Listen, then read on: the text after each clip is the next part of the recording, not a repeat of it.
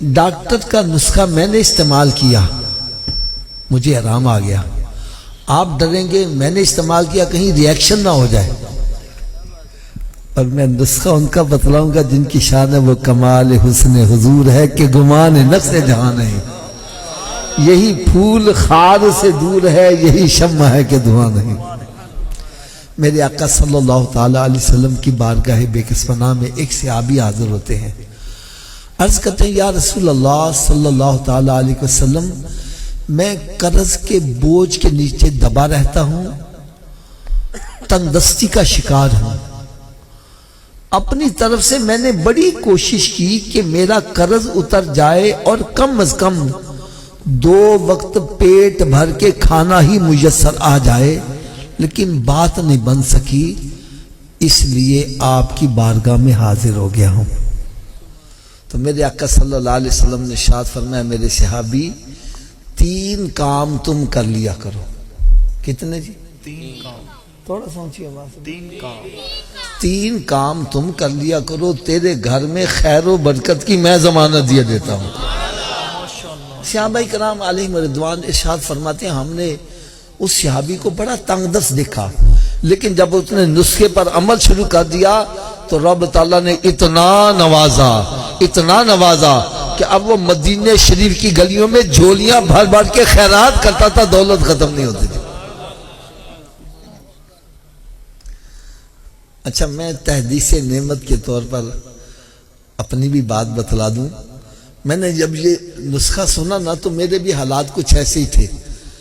الحمدللہ جب سے میں نے عمل کیا رب نے بڑا کرم کیا ہے یار، بالکل میں ایک اشارہ کرنے لگا ہوں، بیسیکلی میں ریلوے کے اندر ملازم، لیکن سرکار کا کرم دیکھو، 3 مرتبہ حج کیا اور تقریباً 20 مرتبہ سرکار کے درپا کی حاضری نصیب ہو۔ اس لیے جو بھی عمل کرے گا بس اس پر بھی کرم ہو جائے گا۔ وہ 3 کام کون کون سے ہیں سنو۔ نمبر 1 فرمایا جب گھر میں داخل ہو تو گھر والوں کو سلام کر دیا کرو، اگر گھر میں کوئی نہیں تو خالی گھر کو ہی سلام کر دیا کرو۔ دوسرا کام فرمایا 1 مرتبہ مجھ پر بھی سلام بھیج دیا کرو، اور تیسرا کام فرمایا 1 مرتبہ سورہ اخلاص پڑھ لیا کرو۔ اب تینوں کام کیسے کرتے میں پریکٹیکل کر کے بتلانے لگا۔